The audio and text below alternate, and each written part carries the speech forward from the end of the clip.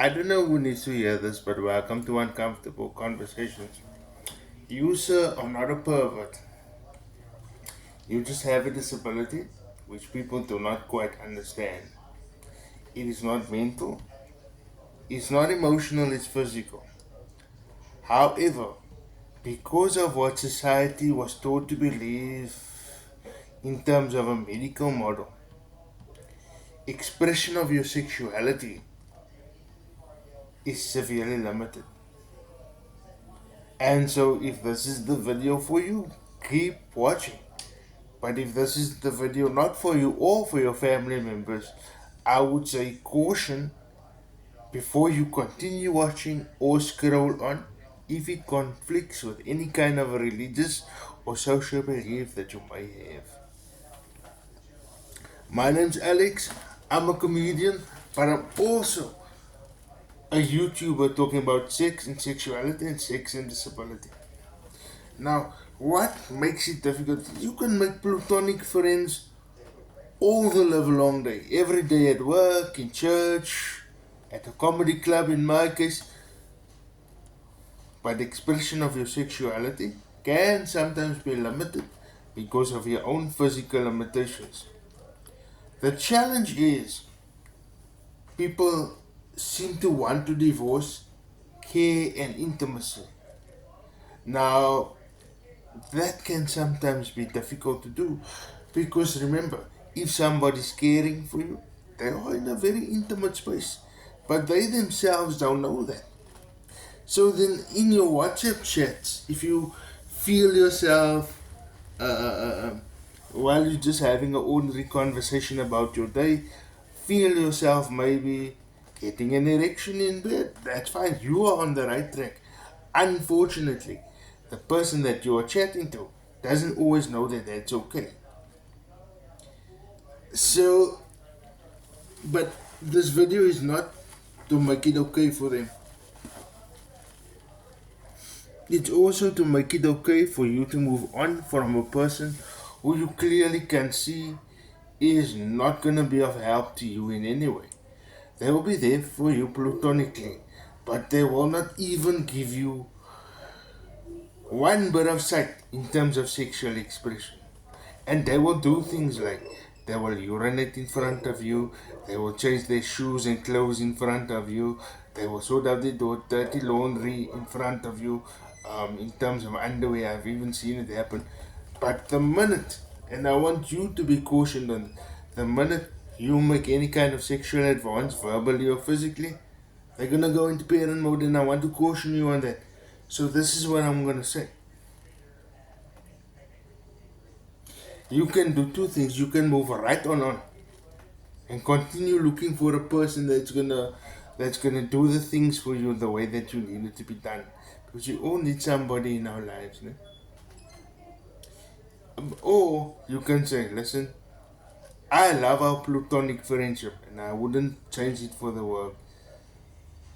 But there are things about you that do things for me as a man which I really enjoy.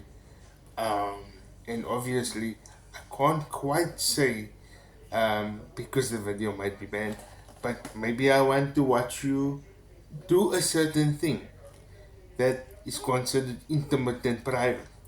That's my kind of a turn on, whatever. Or maybe would you cook breakfast for me? Or maybe would you feed me? I have the physical ability, but I love to be fed.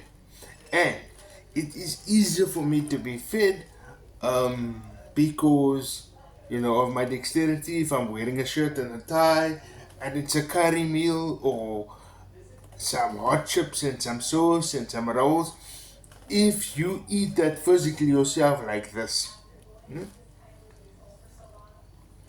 let's see.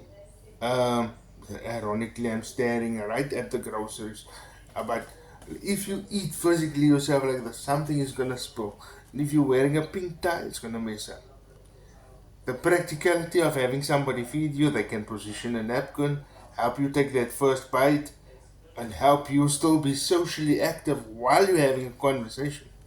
And it is okay to enjoy all that is attached to that. If while you're eating your cheese and tomato sandwich at the work conference, you can smell our perfume and the shampoo of the hair, that makes that sandwich go down all the more nicer, right? It is okay to have that eroticism and caregiving in one. Ne? It is okay to have that.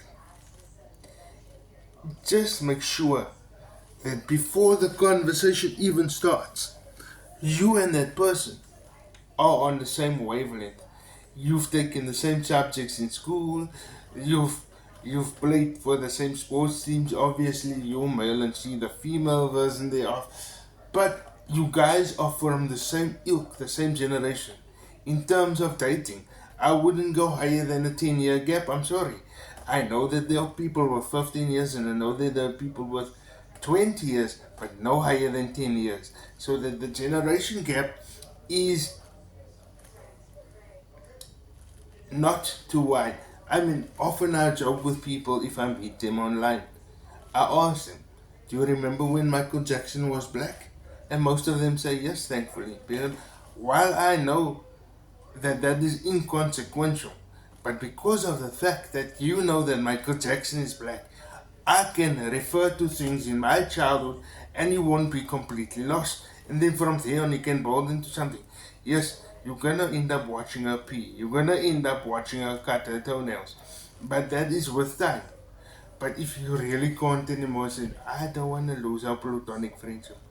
I want to see you do things on a regular basis. I want to be able to touch your bum. I want to be able to, and I want to be able to, if you're comfortable with it. Um, I think that's where I'm going to leave it. I hope this video helped someone. And I know it's an uncomfortable conversation, but it's something that needs to be had. I think that's where I'm going to leave it. The Feel Good Jam, Nicki Minaj, Ice Cream Man.